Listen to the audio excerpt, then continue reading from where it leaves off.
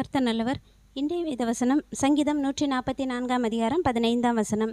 இவ்விதமான சீரை பெற்ற ஜனம் பாக்கியம் உள்ளது, கர்த்தரை தெய்வமாக கொண்டிருக்கிற ஜனம் பாக்கியம் உள்ளது. கர்த்தர் நமக்கு இன்னைக்கு கொடுக்கிற வார்த்தை, கர்த்தரை தெய்வமாக கொண்ட ஜனம் பாக்கியம் உள்ளது.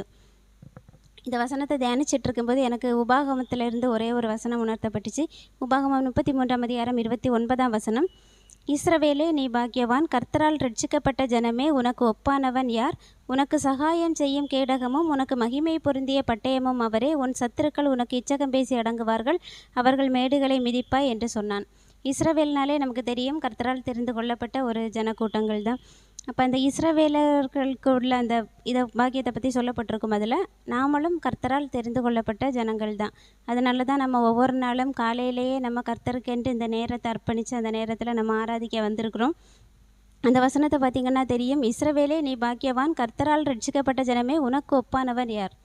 கர்த்தரால் தெரிந்து கொள்ளப்பட்ட நமக்கு ஒப்பானவங்க உண்மையிலே யாருமே கிடையாது. நம்ம அந்த அளவுக்கு பாக்கியவான்கள். நம்மளுடைய எல்லா ஏன்னா அது என்ன பாக்கியம்னா, வசனம் சொல்லுது, உனக்கு சகாயம் செய்யும் கேடகமும் உனக்கு மகிமை பொருந்திய பட்டயமும் அவரே. சகாயம்னாலே உதவி. நமக்கு எந்தெந்த நேரங்களில் எப்போல்லாம் உதவி தேவைப்படுதோ அவரே நமக்கு உதவியாக இருக்கிறார். அதே மாதிரி நமக்கு சகாயம் செய்யும் கேடகமும் உனக்கு மகிமை பொருந்திய பட்டயம். பட்டயம்னாலே நம்மளை பாதுகாத்துக்க, அதாவது எதிரிகள்கிட்ட இருந்து நம்மளை பாதுகாக்கிறது பட்டயம். எதிரிகளை துரத்துறதுன்னு கூட வச்சுக்கலாம். அப்போ நமக்கு உதவினாலும் சரி, நம்மளுடைய பாதுகாப்பானாலும் சரி, இந்த ரெண்டும் தான் மனுஷனுக்கு ரொம்ப முக்கியம்.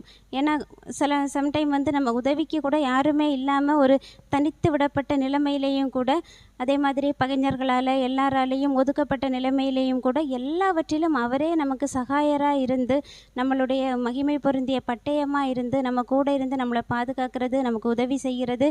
அதே மாதிரி நம்மளுடைய சத்துருக்கள் நமக்கு விரோதமாக எழும்பும்போது அவர்கள் மத்தியில் இருந்து நம்மளை பாதுகாக்கிறது எல்லாமே கர்த்தர் தான். ஏன்னா நம்ம அவரை தான் நம்மளுடைய சொந்த ஜனமாக சொந்த தெய்வமாக வச்சுருக்கிறோம். அவருடைய சொந்த ஜனமாக நம்ம இருக்கிறோம்.